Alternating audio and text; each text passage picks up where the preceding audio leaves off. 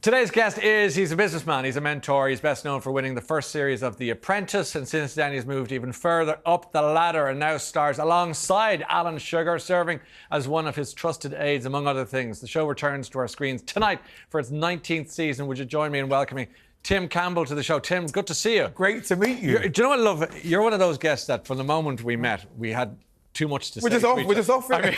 Firing. Off air, we're going. But what about? But let's talk about The Apprentice and get that chat in, because it's 19 seasons. What is the appeal?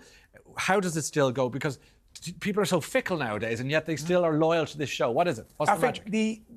The fantastic thing for us around The Apprentice is that people can see themselves in situ. Yeah. So everybody can understand being given the opportunity to change their life and what would happen off the back of that. And also, we do love the story of people coming from something and then going on to do something else.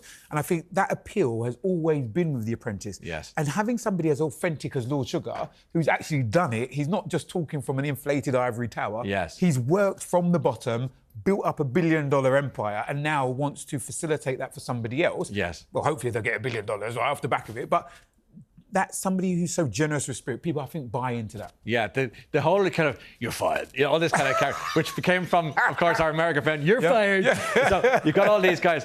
I wonder, like, behind the scenes and when the cameras are off, are they pussycats? So I would never describe Lord Sugar as a pussycat at all, right? But I think that's the thing. Another thing which is really important is the authenticity of the man. Yeah. He is what you see. The bits that you don't see so much of actually would surprise most people. He's incredibly generous, really humorous, and he's a total family man.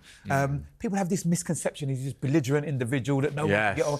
Listen, he's had people working for him over 30-odd years. Yeah. He's got a wonderful family he adores and grandchildren all over the place, right?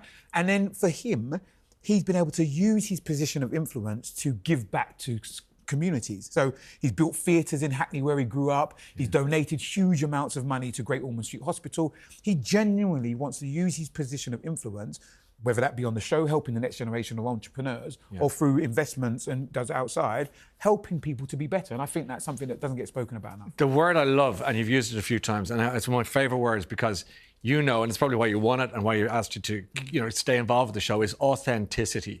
People can smell fake on TV, on radio, and if you're sharing an elevator or a lift. But you know when somebody's trying or they're not the real deal. You can see it in their eyes or the way they carry. It's really clear. Really clear. How do you spot it? How do you spot a spoof? Do you know what? I think one of the things that lots of people try to get rid of, particularly being immigrants to the country, right? We were having great conversations about the link between Jamaicans and Irish and the journeys that we've had to come and help other countries be great, right? Yeah. The big thing for me is that I'm really proud of my working class roots. And the reason is because in order to survive, you had to be really, really clear to spot when somebody was trying to do you over or wasn't coming from an authentic place. So all of those things that we sometimes want to get rid of as we climb a ladder, I think we should hold on to, because that authenticity of a working class person who was honest, decent, had to do an honest day's work, had to give to receive, helping communities, sometimes I don't think that gets spoken about enough. And I think for me, they've been part of what I think are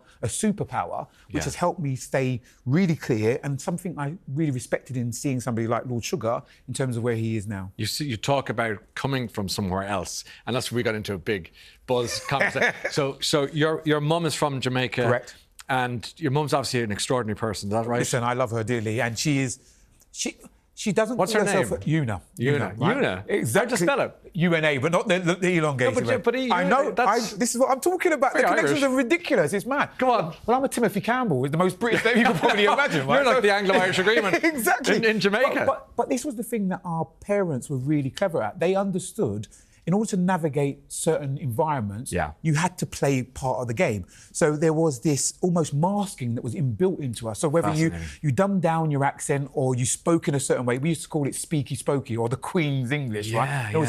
We had this ability to mask. And although I want to get rid of anything that isn't authentic, actually sometimes we had to be slightly inauthentic in order to survive in difficult circumstances. What a contrast to what we were just talking about. Unbelievable. You have to become something, you have to be something else, and yet try and retain that 100%, brain, but it's the code switching bit that I really found powerful, because you would know, you would go out and you knew you had to act a certain way in a certain environment. Yeah. But when you came home, you had all your traditional ways, you had the ways of speaking. We know how we say number 3 in a very different way from lots of other people. But these are the things that I think kept you sane in difficult circumstances. Do you have that thing where if you're on the phone to home, and you come off the phone, and I go home to Dublin, I come back and go, have you seen the Brutalist? Like, who was that? Where's the other person we were speaking to? Do you have the same 100%. thing? But I used to watch my mum doing it all the time. She'd pick up the phone, and it was the most beautiful Queen's English, and she'd come off and she'll have the most broken patois telling us all the stuff to do. But these were the things that we had to learn, and I think the difference between being inauthentic and having to code switch is that it was necessity. Yeah. It's what you had to do in order to survive, right? You've got lots of people in the political environment in your family. I've got lots of people who have done lots of stuff in communities locally. We knew there were certain things we had to do in order to get on. Where we're now in a different slightly position, we might not have to flex so much, but the innate ability to spot when people aren't doing it authentically, I think that came from those early beginnings. And in your business, right, you've got a social justice streak, which I love, and you talk about my family public service, if you want to call it, which I believe in, and I think you do too. Yes. And part of that is from our generation, if I can share generations. 100%. We're similar ages. Okay. Well, Mother Nature's been kinder to you than she has been to Don't me. be so modest. My makeup artist was a long time. You've been here since 10:30. But what I'm saying is that we see a generation of people who came from Jamaica and who came from Ireland who built the roads, built the tube stations, did NHS. The buses, the nurses, all the they played their part. Some of them fell through the cracks, and you have these centres all around the UK, and you've seen them, and I've seen them, and you hope that they're minded, to be given something back to them. Is that important to you to keep an eye on that generation? Listen, locally we have lots of initiatives in local areas, local communities, whether it be in Brixton or it be in East London. We see the Jamaican Embassy doing a huge amount of outreach to support the diaspora, to make sure that they are supported with all the things that they need, but don't lose the connection to their ancestry and their history. You can do both. You can spin 2 plates. You can spin 2. I like that. I might steal that. That's a good. That's a good one. That's right. Share that. But then I've seen the same thing. A very good friend, a mentor of mine, Rosaline Blair, an amazing woman, right? Chair of the London Irish Centre, doing instrumental work in making sure that the generations before who might have fallen through those cracks, who don't have papers, who don't have homes, who don't have community, have a place that they can come to that is a home away from home. And I think what people forget is that you're allowed to have a connection to somewhere else that you may not live. Doesn't mean you don't love the place that you are any less, but you can't deny who you are, because that's fundamentally the foundation that you're built upon. The two can come together. Yes. Sometimes in The Apprentice, we see candidates who forget who they are and just want to be caricatures, and they get found out very quickly. That's it. But the people who are authentic, who keep to their roots and bring the two together, they're able to blend. They're able to do it, and you have 2 Irish candidates in the season. We do, as you know, Evine from Donegal, and it took me a long time to get this pronunciation correctly. It's a very Irish name. Very Irish name. AOIBH. Evine or Avine. And then you have, I think it's Jordan. From Dublin, who's correct. What do you call himself? An animation expert. I love that. Okay. Anyway, good luck to them. But the Irish and the Jamaicans, what I think if we were in the UN because of the alphabet, we'd probably sit beside each other. So you joke, but we really clearly remember signs on doors saying no blacks, no Irish, no dogs, right? That's right. And although I was down at a pub one day and an Irishman said, "Why do you blacks have to be always first? Let us win something," right?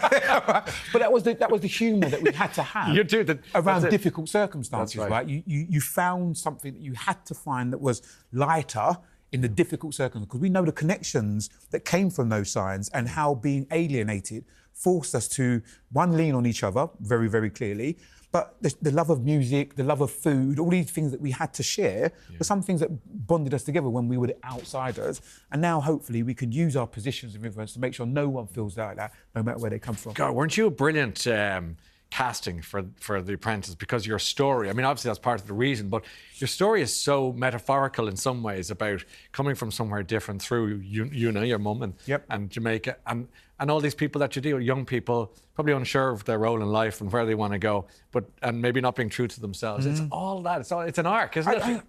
Your one's authenticity. My favourite word is serendipity. It's certain things happen for a reason, and they're supposed to be, right? So I think this trajectory was meant to be, because I'm really lucky that I'm able to now focus most of my attention on helping people create platforms or be in positions that are better than they could ever imagine. Yeah. I was a very irresponsible young man who had far too much testosterone and was probably heading off in a very different direction. You'll think I'm making this up. A young Irish teacher, Mr. Foley, was the first mentor I had who really taught me about how I could use my power to go into different places. He's now head of a college in Dublin, actually. An amazing, amazing man, Mr. Foley, right? He just caught you. He caught you in time. 100%. Literally, you were running down, he nearly got scuffed the next thing. No, you're better than this. I was outside, I was outside the headmaster's office after tutoring for a period of time, and I was sitting outside in isolation where teachers used to come and flick my ear and whatever. And he said, I'm not having this. And he said, I'm going to look after this young man. He took the responsibility to do so. And he said, you know what, Tim, you've got to meet me halfway. I'm going to teach you how you can navigate these institutional environments and actually found a position of power. Amazing. But you have to give me what you need to give me. And he knew the buttons to press was that his joke was, you're gonna, if you carry on like this, you're gonna just be good enough to sweep the streets. Yeah. And let me make it clear, no disrespect to anybody who sweeps the streets, it's a hard job, and actually it's difficult to get into. And it's now, up early in the morning. You see them, they're the first up in the day. First up. Yeah, so respect. We know a huge amount of respect, yeah. right, for anybody who has a hard day. Sure. The challenge I have now is he looked beyond what was external, and he knew exactly what to. Can I just wait 1 second? Your phone buzzing? It is buzzing. Yeah, take your time. That's probably my mum saying that I'm on the show. She's happy, right? She's really happy. She's saying, pronounce it properly. Make sure he gets my name right. So let me get rid of that. Take your time. And we can start that again. Mr. Foley's then sitting outside the office saying, you've got this amount of direction you can go. You can either end up 100% sweeping the streets, which is nothing wrong with that, or you can do something else. And the thing for me, what was important with Mr. Foley, like what I try to do and what I see Lord Sugar doing with the show, which I've seen lots of other people do, and you talked about the social justice aspect for us, is that if you're in a position where you can help somebody and you see there's an opportunity, just do it. Just do it, because you don't know where that might lead. And all of us have had a mentor, an advisor, somebody who tapped us on the shoulder and said, just do this. And I'm only a result of lots of those different positive interventions that have led me to here. So I don't take that for granted. So I just want to make sure I can pass it on to others. And part of that is The Apprentice, but there's lots of other stuff as well. There's a book that's bestseller in Ireland last year called Poor by Katrina O'Sullivan. I interviewed her last week. Yeah. You need to read this book, because it shows the power. It's a short book, so it's not. I'm not going to give it. Oh, you read it? Yeah.